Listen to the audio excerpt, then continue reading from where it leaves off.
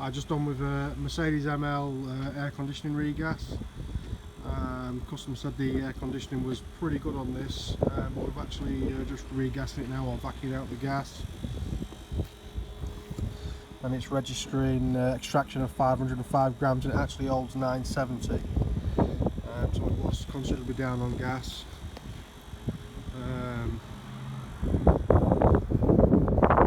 We're on with the desanitizer as well at the minute.